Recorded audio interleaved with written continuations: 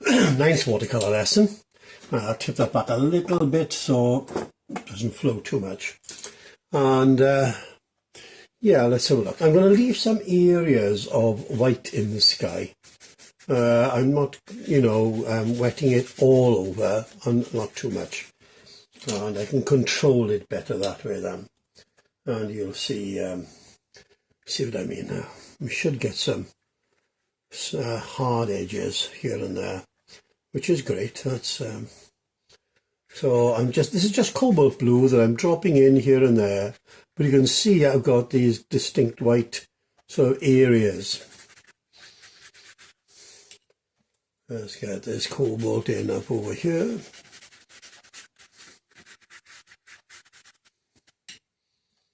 So I'm going fairly fast before parts start to dry. And then what I'm going to do, I'm going to introduce into this blue now a bit of light red with the actual cobalt. And see what happens here. Let's, so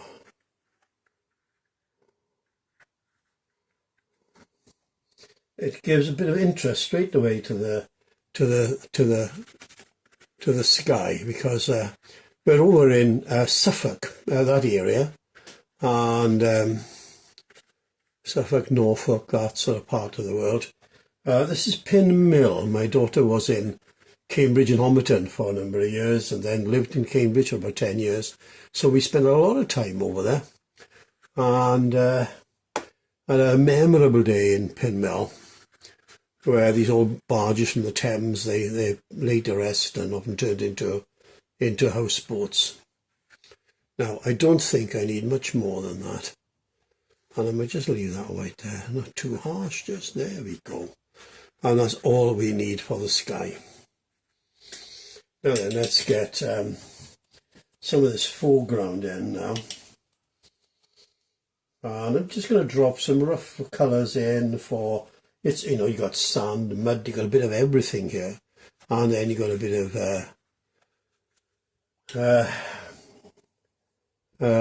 of green going on, grass as well. So it's a lovely mixture here, really, of, let's have a look, let's get that in. Pretty level there, that's it there, I think. And there. And what we can do, look, if we mix ultramarine blue with the light red, and we got a real sort of mud sort of colour then. And you just let it all sort of merge into each other, really. But I wouldn't mind getting some of the green now. And with that, we're more or less done at this stage. Not a lot more we can do, really, till a lot starts to dry off. And I might mix a little bit of this to go in the middle bit there, a little bit of green there. Definitely up to the end here, as it comes down here. Should wait for that to dry, really, but never mind, it won't matter, we'll sort that out. So, and that's all really we need for now. We are with our 9th watercolour lesson now. We're at boats, really, in Pinmill, over in East Anglia on the coast there, where a lot of the old Thames barges have sort of come up and laid to rest. And all I've done is put a bit of a headland there, and let's have a bit of fun with these boats now. And I'll tell you what I've done here. Right, now what we need is a good sort of dark now on this side. This is going to be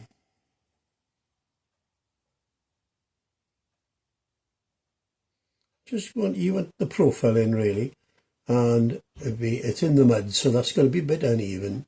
But what's lovely here is you can just let all of this merge. Now then, let's get the wheelhouse in there.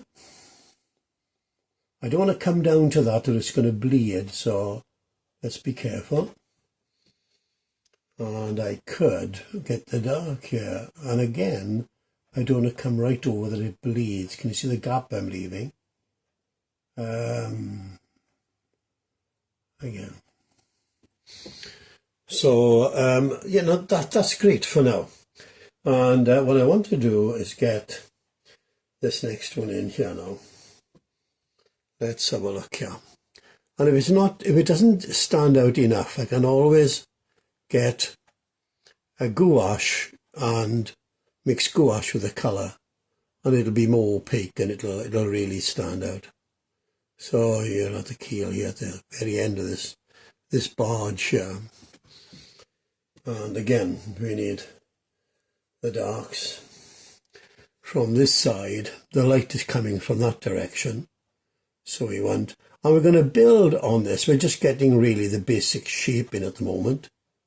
That's it, just the basic shape. And we'll just get, again, that'll be in. And there'll be a lot of old nonsense in this. That will just give it a bit of life, that's all.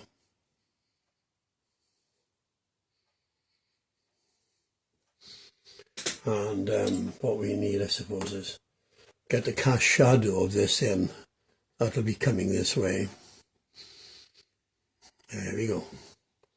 So that'll be a cast shadow there. And then if we get some stronger paint now, and let's just get these uprights in. And you've got to be so confident with this. You're better doing it in one go and it's jagged. Then let's have a look here now. Put my hand in here so I don't. So it can be a bit of a guide for you. That's one upright there, okay? And that will be another one there. And then this will be another upright here. And once you start putting these in, well, you're away really. Very light touch here now with this. Just suggestion. Now we're going to need to get something similar here. Bit bolder. It's that much. Right. And there and up there. And again, some of the lighter touches. Now, if we get that red we want, we get these lovely sort of colours on the sails here.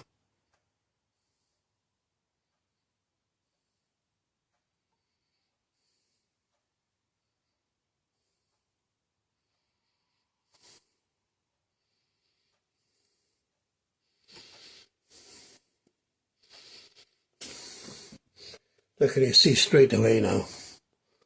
There's a bit of detail come in and it just brings it to life now. And I've got to be careful with my time. So careful with my time, yeah.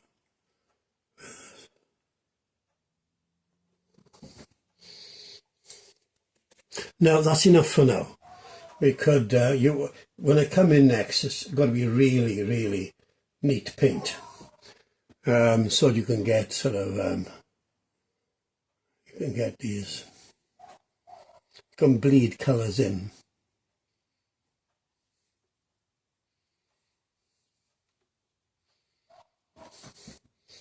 So it has to be hardly any water with the paint at all now.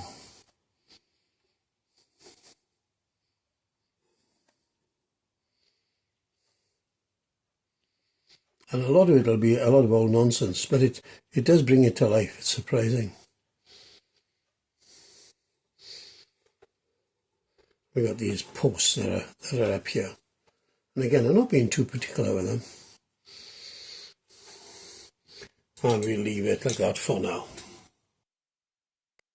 Final session now is our 9th watercolour lesson. It's boats in Pinmill over in East Anglia, and let me just show you how we can touch all this up now.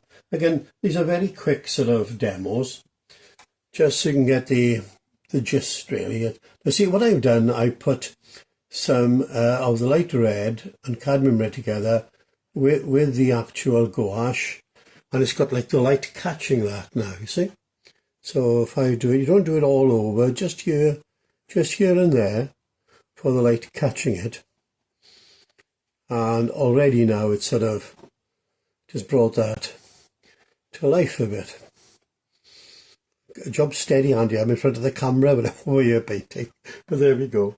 So now then, right, let's have a good look. Let's get some nice green in here now. And we'll bring this to life now. Let's have a look here. So it's quite strong paint, and I'm going to flick it like that. So I'm going to leave some of that light green underneath. And I want to, George got the mount there, but not the best thing to do, but it's an old mount anyway. And I've got it in the frame just to see what it's like in a frame. But see, I've got the light green coming through. So it's sort of hit and miss, and that's just great. See, we don't better than that. And I might do the same by here, a little bit of green here. Bring him down. And then what I'm going to do, why not? Let's get a bit of,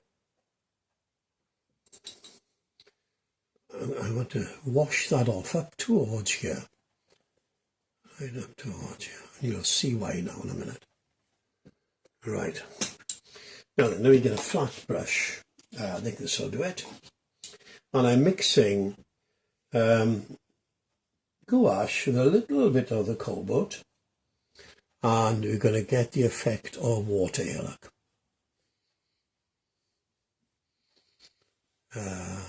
Just some water. There we are.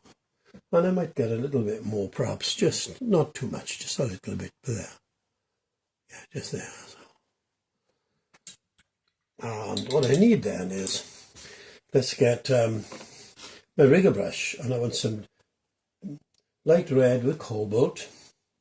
And what we're going to do, we'll get some pebbles in here and there and stones sticking out of the water here.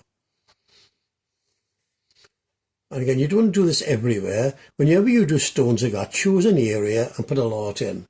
It's like, you know, when we used to have the youth meeting in the church, and when all the kids are shouting, nobody gets heard.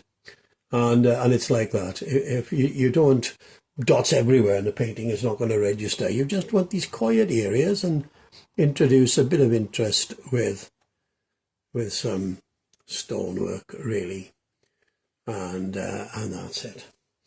I think that would be more in shadow there. So now then, this is what I want to do. I should really wait until it dries, but look, I'm going to get the effect of the mast in here, look. See that? And we could even make it darker and bring it down in here in order to be with the wet silt and that. But there we go. And I don't really think we need much more than that. Perhaps a bit of white where the light is catching some of these stones. Not too much, just a little bit. Just at the end of that shadow there. Yeah. And I think, let's get a crisp white in here now.